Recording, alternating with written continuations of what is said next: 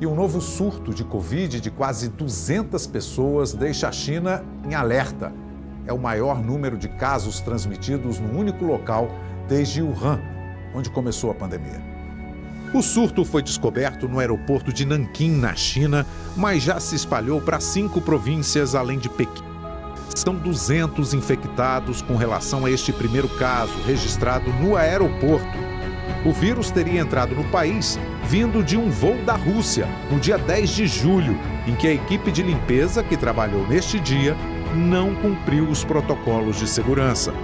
7 dos infectados estão em estado crítico. Segundo autoridades, a variante Delta está por trás dessas novas infecções. O governo foi criticado pela forma como demorou a agir e principalmente pela aglomeração e enormes filas para embarque naquele dia, o que pode ter colaborado para a transmissão do vírus. Segundo a agência de notícias do governo, todos os moradores da cidade, mais de 9 milhões, já começaram a ser testados. A cada dia, os números trazem um novo sinal de alerta contra a Covid-19 e a variante Ômicron.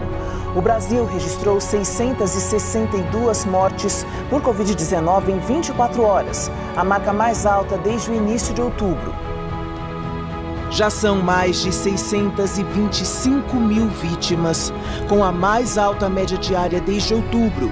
O total de casos se aproxima de 24 milhões e 800 mil, com um novo recorde da média, mais de 170 mil por dia. A primeira dose da vacinação alcançou 164 milhões de pessoas. Mais de 149 milhões foram imunizados com a segunda dose ou a dose da Janssen. E quase 43 milhões receberam a dose de reforço. Os dados não foram atualizados por 9 estados. O Brasil se aproxima do primeiro milhão de crianças entre 5 e 11 anos vacinadas contra a Covid-19. O número de pacientes em acompanhamento já ultrapassa 2 milhões. E os recuperados somam mais de 22 milhões, segundo o Ministério da Saúde. Correspondente internacional que fala ao vivo agora com o Primeiro Jornal e vai trazer a repercussão na Europa. Bom dia para você, Killing, seja bem-vindo. Olá, João Paulo, bom dia a você, bom dia a todos aí no Brasil. Líderes europeus se reuniram na manhã de hoje para coordenar uma resposta após essa invasão militar da Rússia. O Ocidente já deixou claro que dará uma resposta financeira neste momento, com sanções econômicas a Moscou. Inclusive, a União Europeia já afirmou que vai congelar ativos russos aqui dentro do continente e também impedir que bancos russos tenham acesso ao mercado europeu. O primeiro-ministro do Reino Unido, Boris Johnson, também realizou uma reunião de emergência na manhã de hoje e mais tarde vai falar no parlamento, lá em Londres, também para avisar quais serão os passos que os britânicos vão tomar. Mas é importante destacar que a União Europeia vai dar uma resposta econômica e não militar. Isso porque a Ucrânia não faz parte da OTAN, a Aliança Militar do Atlântico Norte. Então, o Ocidente deve, claro, oferecer equipamentos militares para que a Ucrânia possa se defender, mas tropas da OTAN, neste momento, não devem ajudar neste conflito militar. A resposta europeia será realmente financeira. Vale destacar que a União Europeia também depende muito do gás que vem da Rússia. 1/3 do gás que a Europa usa, vale destacar que o gás é usado para aquecer principalmente os europeus. Este inverno por aqui vem da Rússia. Existem refugiados de ucranianos que estão saindo de seu país. Vale destacar que a Ucrânia não faz parte da União Europeia, então não faz parte da livre circulação de pessoas no continente, mas países europeus já afirmaram que vão acolher ucranianos, principalmente a vizinha Polônia. Mas hoje, ao longo do dia, mais sanções e mais respostas aqui da União Europeia. João Paulo. Você falou das imagens ao vivo, Killing, é justamente o que a gente está mostrando aqui, ó, no telão ao seu lado. Uma imagem impressionante dos veículos. A gente começou essa transmissão aqui e não anda e nem, não tem nenhuma movimentação. Tá tudo parado, os moradores de Kiev tentando deixar. E o corredor para poder sair de Kiev. Um dos corredores que faz fronteira ali é justamente a Polônia, o que pode agravar ainda mais a crise no país vizinho, receber os refugiados. Muita gente, inclusive, tentando sair da capital agora, Kiev. Killing, nosso correspondente internacional, falando ao vivo e trazendo mais informações. Exatamente. A Rússia já esperava sanções econômicas, uma resposta do Ocidente, já vinha se preparando para isso. A gente fala de sanções econômicas na Rússia, na União Europeia, mas é claro que isso impacta o mundo todo. Inclusive, o barril do petróleo passou dos $100, o preço do ouro também subiu, então há consequências globais.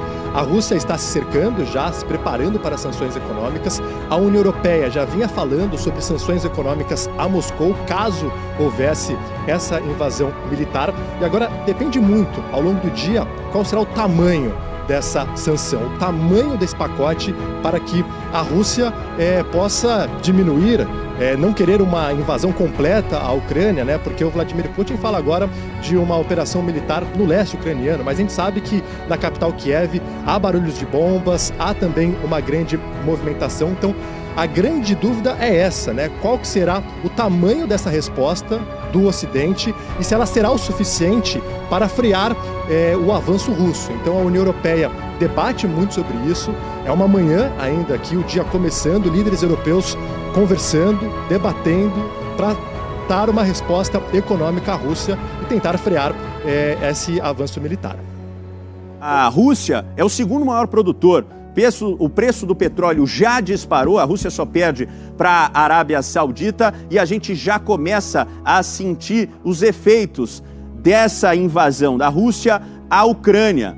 Inclusive, não é, Killing? Depois de 2 anos de pandemia, os países com recessão econômica, com dificuldade e ainda mais essa invasão que vai prejudicar a Europa, vai prejudicar a Ásia, vai prejudicar principalmente e também o Brasil, Killing.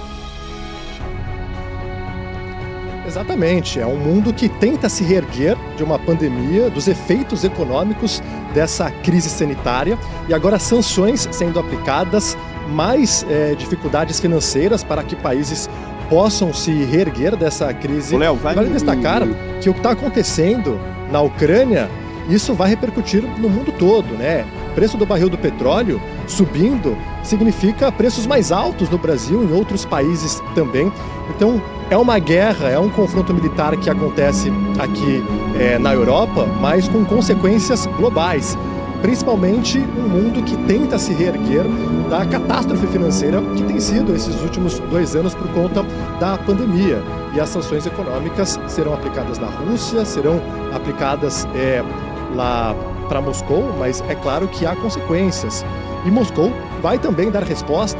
Tem o gás que a Europa tanto precisa, que vem da Rússia, 1/3 do gás que a Europa usa vem da Rússia. A Rússia é a segunda maior produtora de petróleo no mundo, então é claro que essas sanções econômicas vão afetar o mundo todo e essa é uma grande dúvida aqui na Europa, né? Como que esse conflito militar vai se estender não só pelo continente e pelo planeta? Quais serão as consequências, não só militares, mas também econômicas? Killing, eu queria te agradecer pela participação, nosso correspondente internacional. Fome pode matar mais pessoas este ano do que a Covid-19. O alerta é de uma ONG que estima que até 12 mil pessoas podem morrer de fome por dia em 2020. O Brasil está entre os países mais afetados. Um inimigo silencioso e que muitos não veem é ainda mais mortal do que o novo coronavírus: a fome. O levantamento da organização não governamental Oxfam aponta que este ano até 12 mil pessoas podem morrer de fome todos os dias no mundo. Em abril, por exemplo, no pico do surto, em média 10 mil vítimas da Covid-19 morreram por dia. Segundo os dados divulgados pela ONG, o número de pessoas passando fome no mundo pode chegar a 270 milhões antes do final deste ano. Um crescimento de mais de 80% em relação ao ano passado. Os principais motivos são os efeitos econômicos e sociais da pandemia, como desemprego, redução na produção de alimentos e diminuição das ajudas humanitárias. Entre os lugares mais afetados estão os países africanos, a Venezuela e o Brasil. Se a previsão se concretizar, o Brasil voltaria ao mapa da fome da ONU, uma lista que deixou há 6 anos.